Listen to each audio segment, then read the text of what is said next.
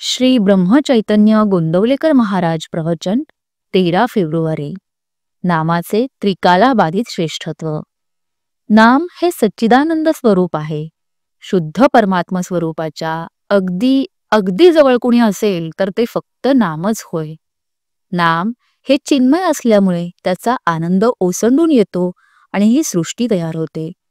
अनेक रूपे घडविणे, ती मोडणे आणि नवीन तयार करणे, पण आपण स्वतः मात्र मूळ स्वरूपाने राहणे, ही केवढी विलक्षण लीला आहे। खरोखर तुम्हाला मी काय सांगू, बोलायला शिकल्यापासून आजपर्यंत मी नामाबद्दलच बोलत आहे। अजून नामाचे महात्म्य संपत नाही। नामाचे महात्म्य सांगून संपले तर भगवंताचे भगवंतपण लटके झाले असे समजावे। जो नामात मीपणाने नाहीसा झाला त्यालाच नामाच्या महात्म्याची कल्पना आली। असा पुरुष नामाविषयी मौन तरी धरील, कारण त्याचे महात्म्य कोणालाच सांगता येणार नाही, किंवा शेवटच्या श्वासापर्यंत नामाचे महात्म्यच सांगत राहील, कारण ते कितीही सांगितले तरी संपणार नाही आणि कितीही ऐकले तरी तृप्ती होणार नाही। नामाने सर्व पापे नाहीशी होतात। भगवंताला विसरणे हे सर्वांत मोठे पाप आहे। नामाने भगवंताचे स्मरण होते। नाम हे वेदांपेक्षाही श्रेष्ठ आहे। कसे ते पहा।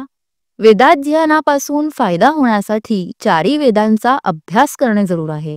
त्यासाठी पुष्कळ वेळ आणि श्रम लागतात। नामाला श्रम नाहीत। दुसरे, वेदांचा अधिकार सर्व लोकांना नाही, पण नाम कुणीही घ्यावे। वेदांच्या मंत्रांचा आरंभ ओंकारानेच होतो, म्हणून वेदारंभी देखील नामच आहे। नाम हे तीर्थयात्रेपेक्षा श्रेष्ठ आहे।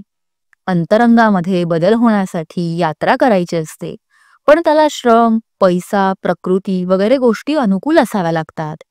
नाम हे घरबसल्या अंतरंग बदलण्याचा अनुभव आणून देते।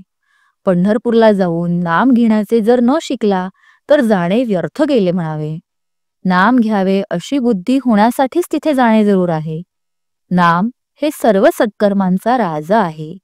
सत म्हणजे भगवंत, त्याच्याकडे नेणारे जे कर्म ते सत्कर्म। इतर कर्मे आडवळणाने भगवंताकडे नेतात।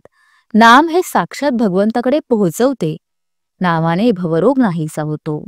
भव म्हणजे विषय, विषयांची आसक्ती असणे हा सर्व रोगांचा पाया आहे।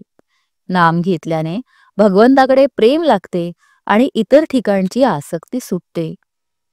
नामाने सर्व दुःखे नाहीशी होतात, कारण या दुःखांचे मूळ विषयांच्या आसक्तीमध्ये आहे आणि नामाने ती आपोआप सुटते, म्हणून दुःख नाहीसे होते। शिवाय भगवंत हा आनंदरूप असल्याने त्याला नामाने घट्ट धरला की दुःख त्या ठिकाणी कसे राहू शकेल।